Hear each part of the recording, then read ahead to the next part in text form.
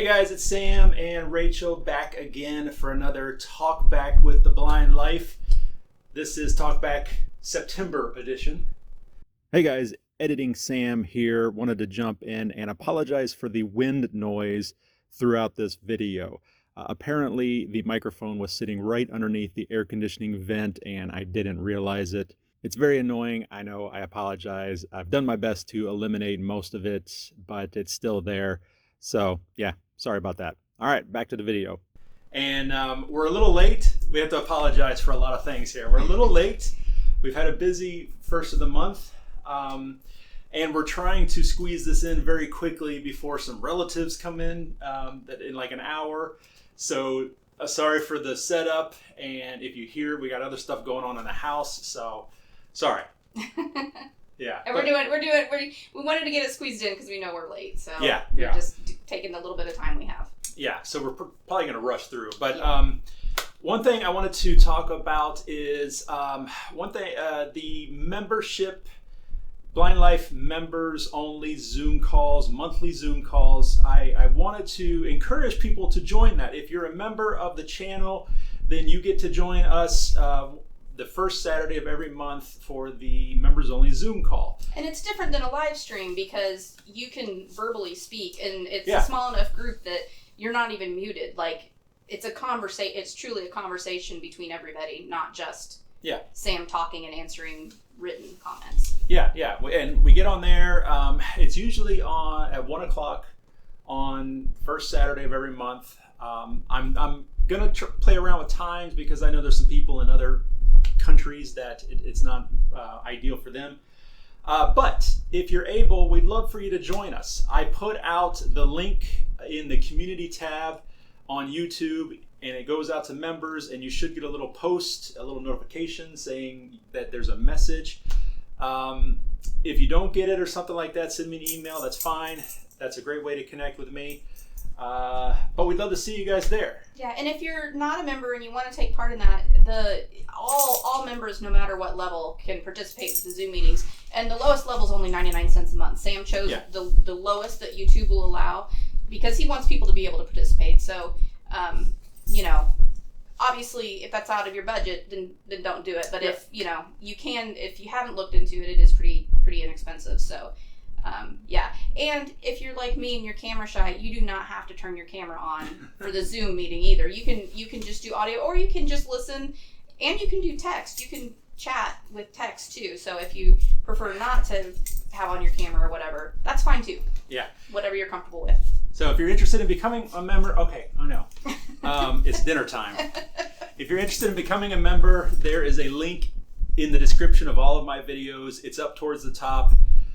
So check it out. There's also a tab or page on my YouTube channel in the playlist, videos, community tab. There's also a membership tab that you can go to get more information. Yeah.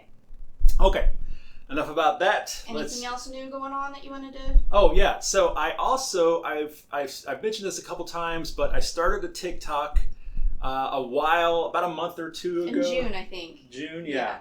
And it's really blowing up. It's doing great. We're having a lot of fun on that. It's a lot of the videos are a lot more lighthearted and just kind of because they're really short. If you're not familiar with TikTok, they're really short little videos. So they've been fun and it's introduced new people to Sam and Sam been introduced to other visually impaired social media people. Yeah, and there's been a lot of comments from people that say they watch me on YouTube and it's great to see me over on TikTok.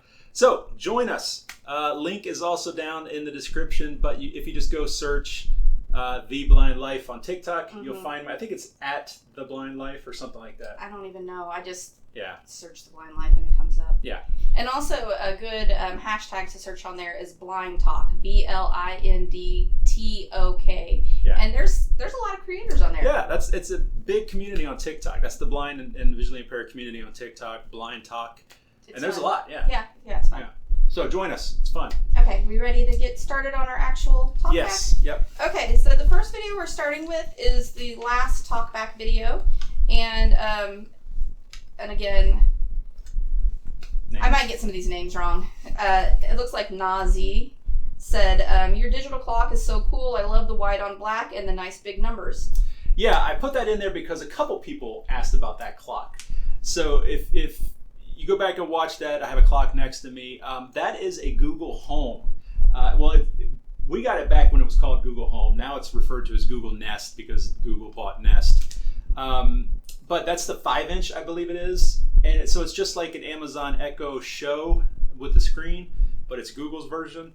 And it's just their clock, their default clock. It has an inverted clock face, digital clock, and it's great. Yeah. That's all it is, though. Yeah. And then Junior NTR said, how can I contact you? Yeah, this one I wanted to put in too because a lot of people ask this question. Email is the best way to contact me. I don't do WhatsApp, things like that. That's another one people from other countries usually ask, but email is the easiest. So sam@vblindlife.net. Send me an email. I'll try to get back to you. Sometimes he's getting more and more emails, so it is a little more difficult for him. So you're probably not going to get a same day response, but you will definitely get it within a couple days response. Hopefully. Hopefully, yeah. Okay, the next video was to search YouTube videos on a channel. Yeah. Which was basically how, if you're on someone's channel, how you can search for specific videos just within their channel. And exactly. that had instructions for that. Yeah. Terry Sutherland said, hey, that's terrific. Thanks, Sam. You said this feature may be coming to mobile devices in the future. Does that mean it's a future feature? That sounds like a new segment of your channel, Future Features with Sam. Yeah. I just thought that was a funny comment, so I wanted to put on. But that was something also that another person said, and I don't know if I put it on there, but... Yeah. Okay, go ahead. Yeah. The Elmore said, I think you can also do this on an iPad and iPhone. I sent you an email with screen captures with the procedures. It's basically the same thing. The search for channel is just in a different place. Hope that helps. Yeah, so the screen captures that he or she sent, they were on a mobile, like an iPhone or iPad, but it was of the Safari browser. So instead of going through the app. Exactly. So, and I should have clarified that in the video, that this method is only available on browsers and not the mobile app. So yes, you can do it on phones or iPads, but you still have to go through a browser like Safari or Google Chrome. It does not work on the app, the YouTube app, yet. Maybe in the future. Yeah, I really wish they would do that. I know, it's so convenient to search on someone's channel. Okay, cane guide video. Yes. Nathan Smith, who's a member, said, great video, Sam. What you said at the end is so true. If you think you're ready for a cane, you are. I started using a cane earlier this year, and I've been blown away by how empowered it makes me feel. Using a cane has given me back so much independence, not to mention how much easier it makes life when I'm in a crowded place. People are so much more understanding if I happen to bump into them by accident when they see my cane, as opposed to me trying to navigate through a crowd without it and bumping into people. They just think I'm rude. I've tried several canes, and the one I prefer is the no jab paired with the OmniSense tip, which I love. Yeah, well, first of all, thank you, Nathan, for being a member. Join us on the Zoom call. Yeah, and a lot of the comments on that video were people thanking me for the information. They didn't realize there were that many canes. But I definitely wanted to highlight that comment, and I apologize, it was a long one for you to read, Rachel, but mainly because, it echoes my thoughts too, is that it's going to take a little while to get used to using a cane. It's going to feel awkward, that sort of thing, but the benefits once you do use it far outweigh all those negative aspects of it. Mm-hmm. So definitely give it a shot. Yeah. Terry Sutherland again said, thanks, Sam. As usual, this helps. Incidentally, I named my white cane Sugar. He's very sweet. I named my yellow and black one Kwai Chang. It's because I'm a cane foo master. I knew Rachel would get a kick out of that comment, so I put that in. Yeah, that's hilarious. I'm a big fan of naming your cane. I've mentioned it before, but my cane's name is Moses because when I'm walking, it parts the sea for me. S. Nicole Stewart said, have you done any videos on custom colored canes? I would love to see your views on that. No, I haven't specific. I mean, I've mentioned that in cane videos that you can customize colors. Ambutech is a company up in Canada that will let you do custom colors on your canes. You can even do multiple cane shaft sections colors. I mean, it's crazy. I'm all for people expressing themselves. My personal feelings on it is that to be aware that the symbol of the cane is the white cane, and in a lot of countries the white cane with the red section. That's what identifies it as a cane for the visually impaired. So if you go changing colors, that might cause some issues.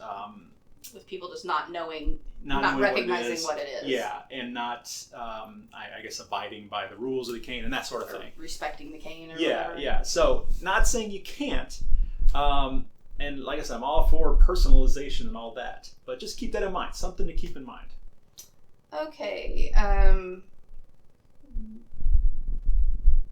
The next video was Lance Johnson's See-Through podcast, but you don't have anything listed. Yes, because pretty much all the comments were just, thanking Lance and I for doing that. Very inspirational, great information. There weren't really any questions or anything like that, other than people wanting to know how to find the podcast.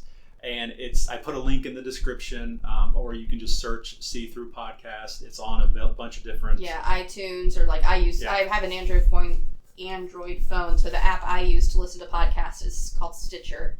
But it's very easy. There's just a search bar at the top on almost any of those apps, and you just search for his is called the See-Through Podcast. See-Through Podcast. Did you hear that?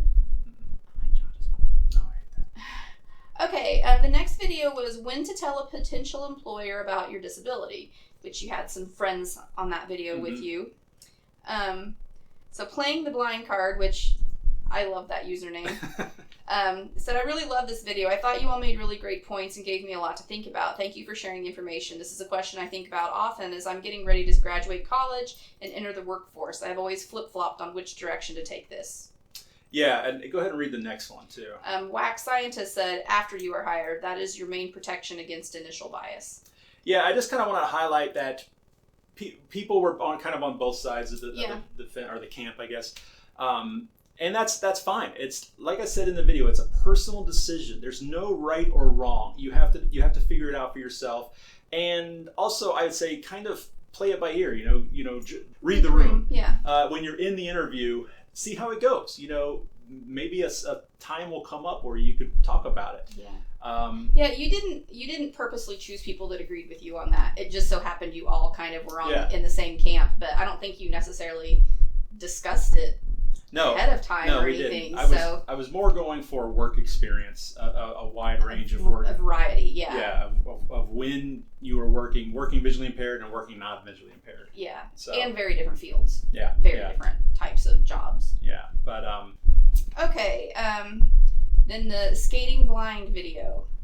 And Game Daughter 1 said, I didn't realize that skateboards had a front and back to them, so I learned something new. Yeah, and I don't know if they do.